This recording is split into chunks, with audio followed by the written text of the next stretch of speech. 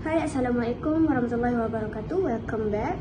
So, dalam video 4, previously kita dah bincang pasal career exploration, macam mana nak buka mata kita, nampak peluang kerja, kan? Jadi sekarang soalan besar dia. So, kau dah tahu banyak job opportunities, kan? Jadi macam mana nak prepare diri awak untuk bersedia? Macam mana nak prepare diri sendiri, kan? Okay, so there is where career preparation comes in.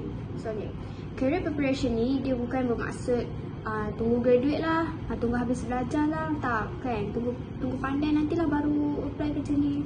Tak, okay, bukan macam tu. Dia about getting yourself ready, whether mentally, skills wise and so on. Okay, sebelum masuk dunia kerja yang sebenar.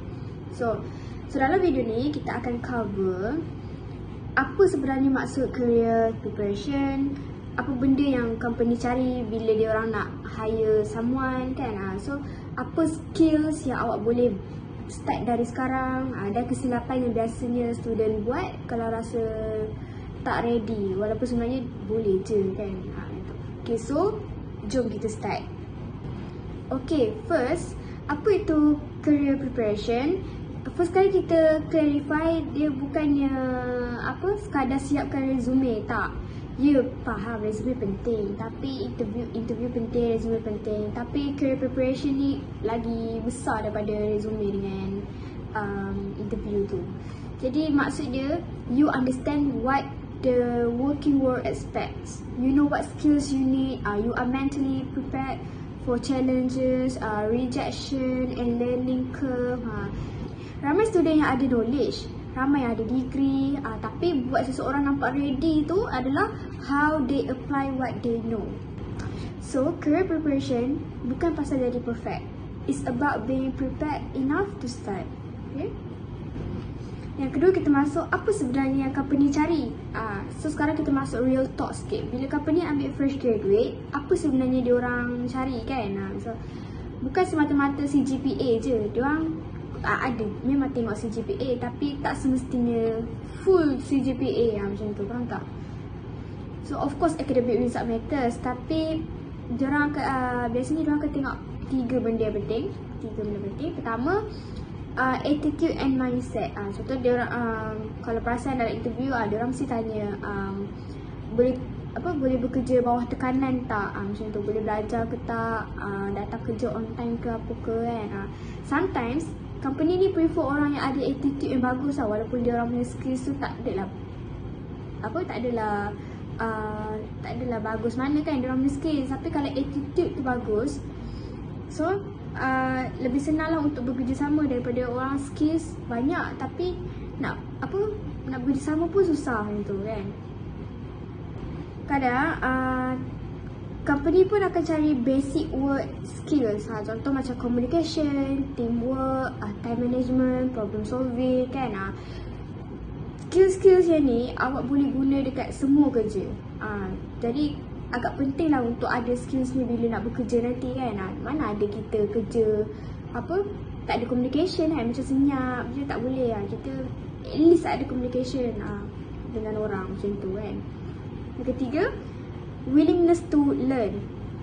Fresh graduate tak jangka, kita tak expect fresh graduate ni tahu semua benda, kan. So macam, tapi apa yang employers nak tengok adalah kita punya effort, kita punya mindset, macam tu, kan. So kalau awak tunggu sampai awak rasa, oh aku dah cukup pandai, tak.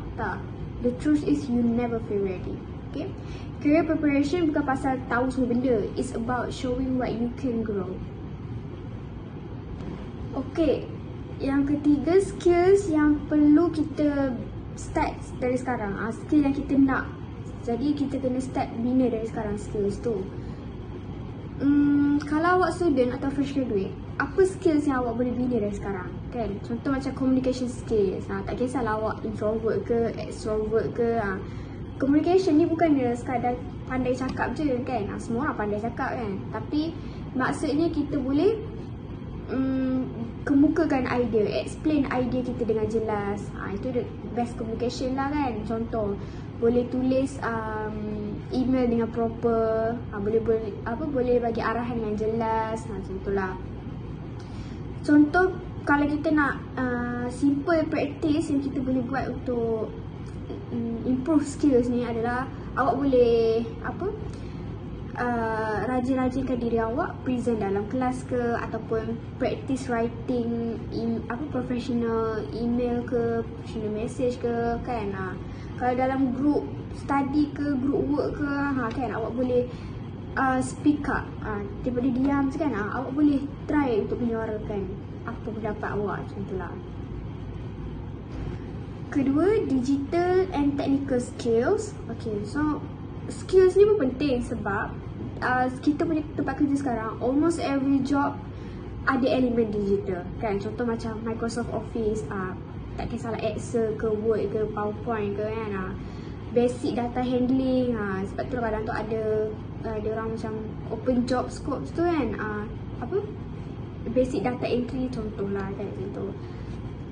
Yang penting awak tak perlu nak jadi expert kan. Jadi basic skill pun dah okey. Awak tahu cara nak guna Power BI, basic skill okey, boleh. Macam tu. Itu adalah skill yang awak ada. Even though basic, nanti lama-lama awak selalu guna ataupun selalu dah biasa dengan satu benda tu, awak punya skills akan improve lah. Yang ketiga, ni agak underrated sikit, tapi management skills.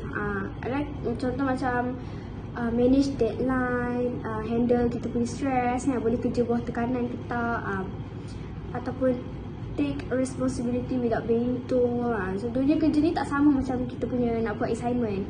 Tak semua orang akan remind awak, dah siap ke assignment ni, okay lagi seminggu assignment ni nak kena hantar. Tak, dunia kerja adalah awak punya responsibility kan. So kalau awak boleh urus masa, kerja awak ikut deadline kan, that's already career preparation. Okay, awak boleh handle awak punya stress dengan bagus kan. Biasalah kita kalau kerja bawah tekanan kan, bila stress kan jadi macam itu tak kena, ini tak kena, tu mulalah semua orang kena marah kan. Jadi kalau awak boleh handle benda tu well, jadi it's already bagus untuk awak kan. You're mentally already be prepared.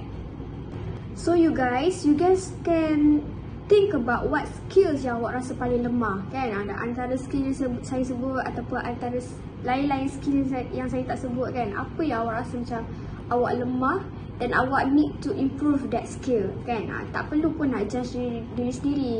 Janganlah macam terlampau judging sangat kan, tak kisah. Tapi at least awak ada awareness tentang diri awak. Oh, aku lemah dalam bab ni, I need to work it more on this thing kan. Jadi at least awak aware dengan awak punya kelemahan awak.